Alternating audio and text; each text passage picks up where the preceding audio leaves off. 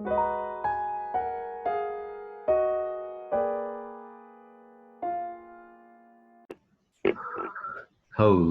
everyone, and welcome to yet another exciting episode of Universal You. Today, I will be discussing with you the Dogon creation story and a Nephilim character called Enil.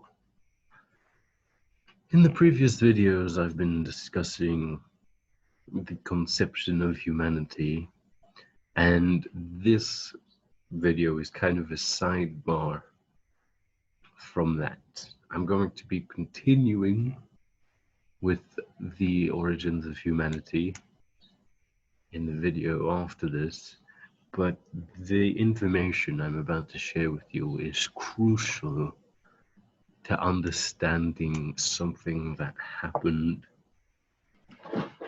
on the island of Udal, I hope I pronounced that right, in the period of Atlantis.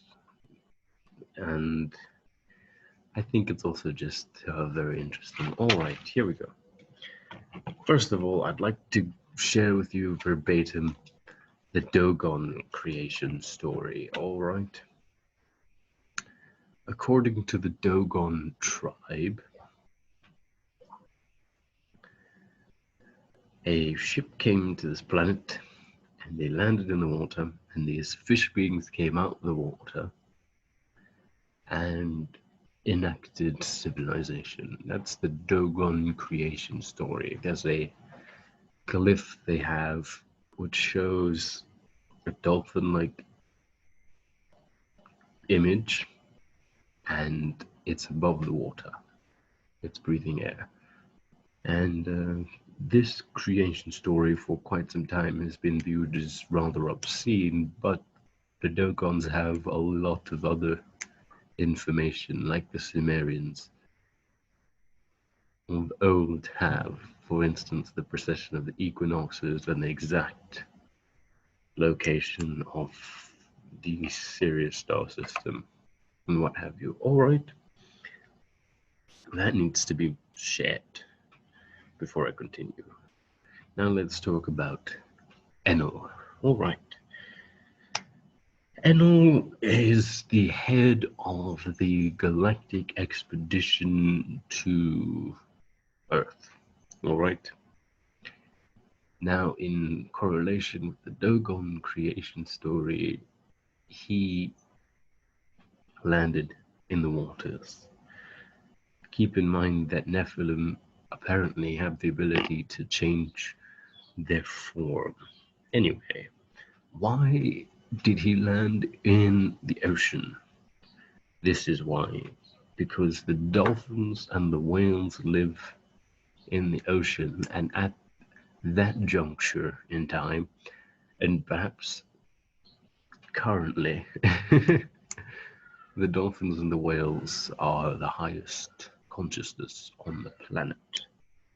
All right, and put simply, Enil had to get permission to live and mine gold on Earth. All right, they had to do this for this crucial reason. This is the bit of information that forms the fulcrum, the turning point, the plot twist, if you will, in what I'm going to tell you in future videos. Anyway, it is galactic law that permission must be granted before an off-planet race can enter into a different consciousness system. All right, keep that in mind. Before another race can land on a planet, they need permission from the highest consciousness beings on the planet. So that's what Enil did. And apparently he lived amongst the dolphins for quite some time, which is why when he surfaced he appeared as half human and half fish, which, well, humanoid. an all fish. This correlates pretty well with the Dogon creation story, I feel. Anyway, keep that in mind. Now, let's talk about the Sirius system for a bit. There is a planet around Sirius B called Oceania. It has another name which appears in this image over here. And it's the planet of the dolphins and the whales. There are two primary land masses inhabited by humanoid beings. Alright.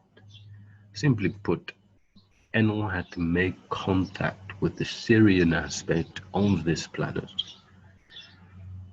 to begin the process that would eventually lead to the creation of humanity. Alright, great. That's a few key points. The primary one is that permission had to be granted before the gold mining operation could take place, and eventually the conception of the human race. In the next video, I will be going into a bit of a controversial topic, and suggest that you bear with me. But in the meantime, I'd like to recommend that you read The Legend of the Golden Dolphin. And if you can find it, please send it to me. This book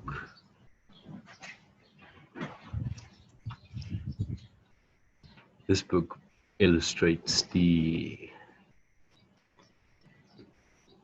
journeys that the dolphins and the whales had to take in order to come to this planet. All right. I'd also like to tell you a bit about